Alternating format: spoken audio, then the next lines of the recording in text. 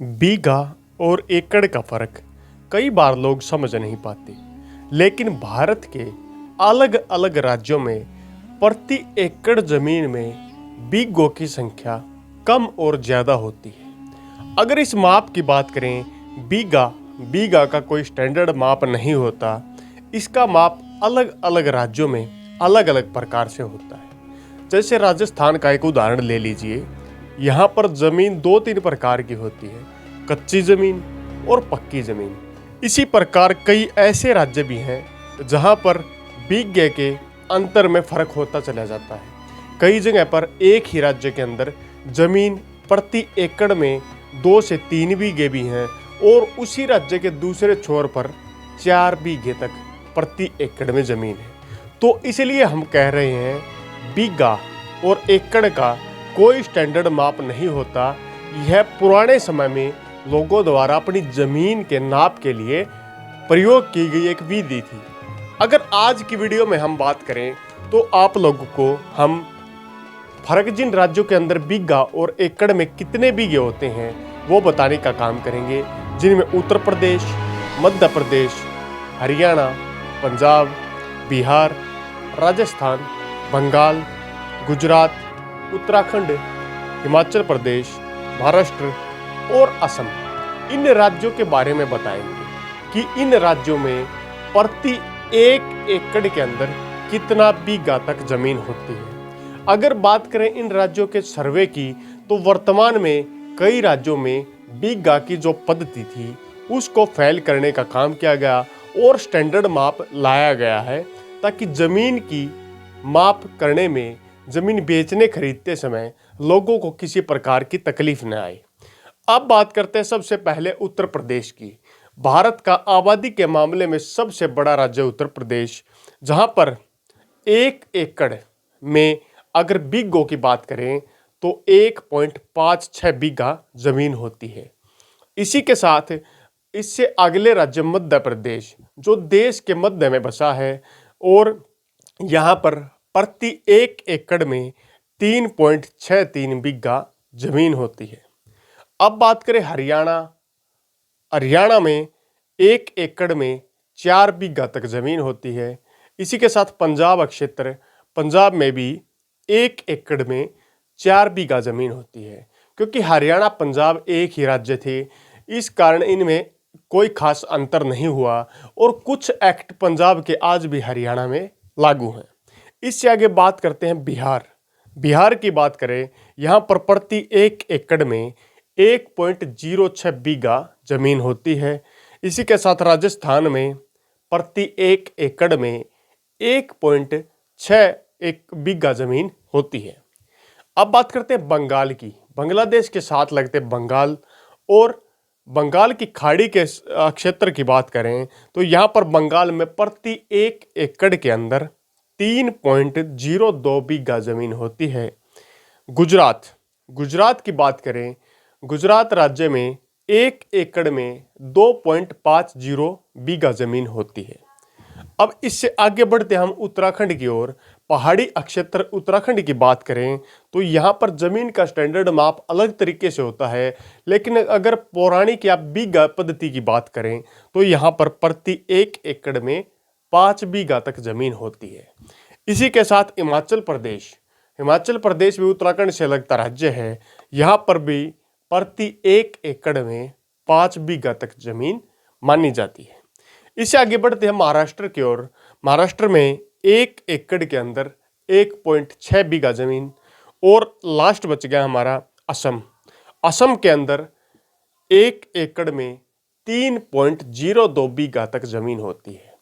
ये जो बीघा पद्धति है, इसे पुरानी पीढ़ियां काफी भली भांति जानती हैं। आज की पीढ़ियों के लिए इस बीघा पद्धति को समझना नामुमकिन है, क्योंकि अलग अलग भारत, अलग अलग कल्चर, अलग अलग राज्यों से जुड़ा हुआ देश है। इस कारण यहाँ इस पद्धति को अलग तरीके से अलग अलग राज्य में नापा जाता है। बात करें हरियाणा पंजाब की तो ये साझे राज्य थे, एक राज्य होता था और उस समय की जो टेक्निक होती थी, यहाँ पर 4 एकड़ प्रति बीघा के प्रति एकड़ के हिसाब से प्रति एकड़ में 4 बीघा तक का माप रखा गया था।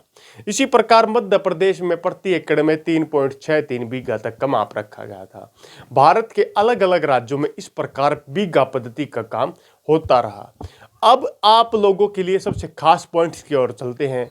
अगर आप लोग अलग अलग राज्यों में ज़मीन खरीदना चाहते हैं तो आप लोगों को क्या करना होगा।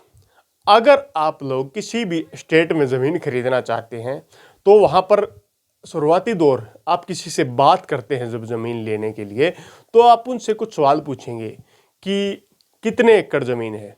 आपको उदाहरण स्वरूप मान लीजिए आप राजस्थान में ज़मीन लेना चाहते हैं या बिहार क्षेत्र में ज़मीन लेना चाहते हैं। आपसे पूछा गया, आप पंजाब के निवासी हैं, कि आप कितनी एकड़ ज़मीन लेना चाहते हैं। आपने बोला मैं 10 एकड़ ज़मीन लेना चाहता हूँ। अगर आप पंजाब के निवासी हैं तो आपके हिसाब से वहाँ पर 40 बीघा ज़मीन, मतलब आप 10 एकड़ ज़मीन खरीद रहे हैं। लेकिन वहाँ का जो हिसाब है वो थोड़ा अलग होगा। वहाँ पर 1.6 बीघा होता है एकड़ के अंदर, मतलब आप 1600 बीघा ज़मीन वहाँ पर बात करें तो खरीद पाएंगे। 1.6 मतलब 16 बीघा ज़मीन खरीद पाएंगे 10 एकड़ के अंदर उनके अकॉर्डिंग। तो आपको इस प्रकार नुकसान हो सकता है। सबसे पहले आपको सावधानी क्या रखनी होगी, जब आप उनसे बीघा पूछें या कच्ची ज़मीन पक्की ज़मीन पूछें तो इनसे पहले वहाँ का जो ऑफिस होता है, भूमि कार्यालय होता है या कोर्ट कचहरी का जो मामला होता है, वहाँ पर जाकर डाटा चेक कर लें। आज का स्टैंडर्ड माप प्रति मीटर स्क्वायर मीटर के हिसाब से आ चुका है। तो सबसे पहले आपसे यही रिक्वेस्ट मैं करूँगा कि आप लोग स्क्वायर मीटर प्रति मीटर के हिसाब से अपनी भूमि की जांच अवश्य कर लें। अगर आप लोग प्रति एकड़ प्रति बीघा के हिसाब से वहाँ पर पूछेंगे तो आपको लगेगा कि आपके साथ फ्रॉड हो रहा है, लेकिन उनके अकॉर्डिंग वे लोग सही बोल रहे हैं। तो प्रति पुराने टाइम का जो स्टैंडर्ड होता था उसको छोड़ करके आपको वर्तमान का जो कोर्ट का ज़मीन नापने की प्रक्रिया है उसके तहत ही काम करना होगा और वहाँ के हिसाब से जो ज़मीन की कीमत, ज़मीन की माप और ज़मीन का जो रेट होता है उसके अकॉर्डिंग ही ज़मीन लें।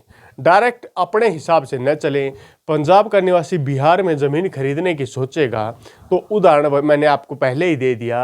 आपकी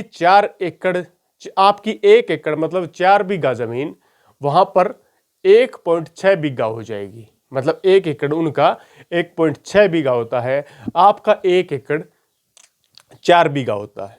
इस प्रकार फर्क को आप बारीकी से समझ पाएंगे और वहाँ ऑफिस में जाकर प्रति मीटर स्क्वायर मीटर के हिसाब से ज़मीन अपनी माप जरूर लें। उसके बाद ही आपको पता लग पाएगा कि यहाँ पर कितनी ज़मीन की कितनी कीमत है। अलग अलग राज्य के इस मापदंड के कारण पुराने समय में भी कई बार ऐसा होता रहा। यहाँ के निवासी कई बार ज़मीन उस समय दूसरे तरीके से खरीदी जाती थी, रेट टू रेट हिसाब नहीं होता था, लेकिन कई बार तकलीफ़ें लोगों को आती थी। लेकिन आज के समय में इस पुरानी तकनीक को बदल करके हर राज्य नई तकनीक पर निर्भर हो गया है और अलग अलग तरीके से ज़मीन खरीदने का काम कर रहा है।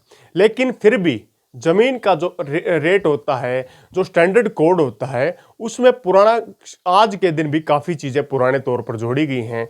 जैसे उत्तराखंड की बात करें, वहाँ पर प्रति नाली के हिसाब से भी ज़मीन होती है। अब आप लोग सोचेंगे प्रति नाली का क्या हिसाब हुआ, वो वहाँ की लैंग्वेज वहाँ के कोड के अनुसार होता है। इस प्रकार हर राज्य में प्रति बीघा, प्रति गज, प्रति स्क्वायर मीटर, प्रति एकड़ अलग अलग प्रकार की तकनीकें अपनाई जाती हैं। तो सबसे पहले कार्यालय में जाकर चेक करें और ज़मीन खरीदने से पहले पुष्टि कर लें कि हमारे प्रति एकड़ के अनुसार इनके प्रति एकड़ में कितनी बीघा ज़मीन तक होती है। इस प्रकार आज इस वीडियो के माध्यम से हमें भी संभावना है कि आपने बहुत कुछ जाना होगा। आगे भी प्रति राज्य के हिसाब से ऐसी ही बारीक वीडियो हम लेकर आएंगे। अधिक जानकारी के लिए चैनल को सब्सक्राइब करें, वीडियो को लाइक करें, साथ में शेयर करने का काम जरूर करें। इसी के साथ अगली वीडियो तक आप लोगों से विदा लेते हैं। तब तक के लिए जय हिंद, जय भारत।